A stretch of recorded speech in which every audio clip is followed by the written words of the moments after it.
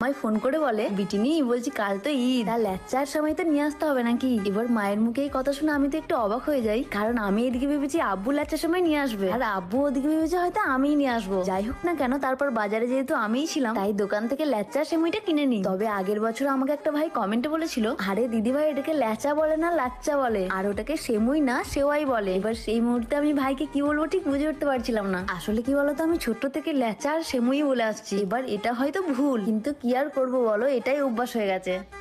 My phone করে বলে, বিটিনি বলছি কাল তো ঈদ, আর ল্যাচার সময় তো নিয়ে আসতে হবে নাকি। এবার মায়ের মুখে এই কথা শুনে আমি তো একটু অবাক হয়ে যাই, কারণ আমি এদিকে ভেবেছি আব্বু ল্যাচার সময় নিয়ে আসবে, আর আব্বু ওদিকে ভেবেছে হয়তো আমিই নিয়ে আসবো। যাই হোক না কেন, তারপর বাজারে যেহেতু আমিই ছিলাম, তাই দোকান থেকে ল্যাচার সেমইটা কিনে নিই। তবে আগের বছর আমাকে একটা ভাই কমেন্টে বলেছিল, আরে দিদি ভাই এটাকে ল্যাচা বলে না লাচ্চা বলে, আর ওটাকে সেমুই না সেওয়াই বলে। এবার সেই মুহূর্তে আমি ভাইকে কি বলবো ঠিক বুঝে উঠতে পারছিলাম না। আসলে কি বলতো, আমি ছোট্ট থেকে ল্যাচা আর সেমুই বলে আসছি। এবার এটা হয়তো ভুল, কিন্তু কি আর করবো বলো, এটাই অভ্যাস হয়ে গেছে।